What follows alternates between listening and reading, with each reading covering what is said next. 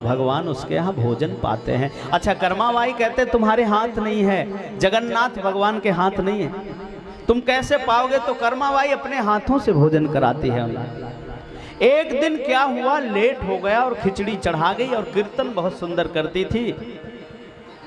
कीर्तन में महाराज लीन हो गए और जैसे कीर्तन में लीन हुई, कुछ उसको पता नहीं तो दातून कर रही थी। पहले मंजन नहीं था, आजकल वो ब्रश चले हैं, पहले दातून लोग तोड़ते थे। तो दातून कर रही थी तो उसे समझ नहीं आया, खिचड़ी में जब सुगंध आई जलने की तो दातून को उल्टा करके और दातून से खिचड़ी को चलाने लगी। अब जब दातून से इसने खिचड़ी को चलाया तो महात्मा ने देख लिया।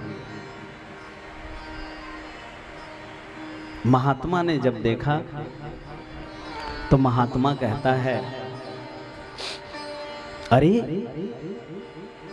कर्माबाई, तुझे ज्ञान नहीं है भगवान को कैसे परोसते हैं? उसने कहा, मुझे तो कुछ ज्ञान नहीं है, आप ही बताइए। बोले, भगवान को नहा के स्नान करके समुद्र में स्नान करो, फिर घर में चौका लगाओ, और चौका घर में नहीं दीवार तक लगाओ 5-5 फीट। उसके बाद सारे बर्तनों को पूजा पाठ करो, गंगा जल भरो, उसके बाद भोजन बनाओ, उसके बाद भगवान पाते। अरे उसने कहा, महाराज इतना काम तो हम करेंगे तो सुबह की रात हो जाएगी। अब भगवान आए और दूसरे दिन उसने यही किया। बोले, गलती हो गई महाराज, गई पहले समुद्र स्नान किया और घर में चौका लगाने लगी, चौका लगाते लगाते खिचड़ी चढ़ा नहीं पाई। गोविंद आ गए, जगन्नाथ भगवान आ गए। देवी कर्मा, जल्दी कर्मा। और कर्मा का नाम कर्मा नहीं था। गोविंद बोले, जल्दी कर्मा, जल्दी कर्मा, जल्दी कर्मा, तो उसका नाम हो गया कर्मा।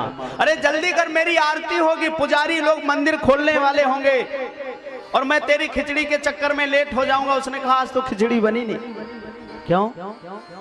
बोले, इसलिए नहीं बड़ी कि तुम्हारा कोई साधु संत महात्मा आया हुआ था। उस महात्मा ने कहा कि भोजन ऐसे बनाना चाहिए, नहा के बनाना चाहिए, पूजा करना चाहिए, पाठ करना चाहिए। उसने कहा, धन्य है माँ, तेरे चक्कर में तो मैं भूखा रह जाऊंगा। अरे तू जितना जैसे बनाती थी, बढ़िया बनाती थी, जल्दी रख। उसने जैसे तैसे रखा और भगवान ने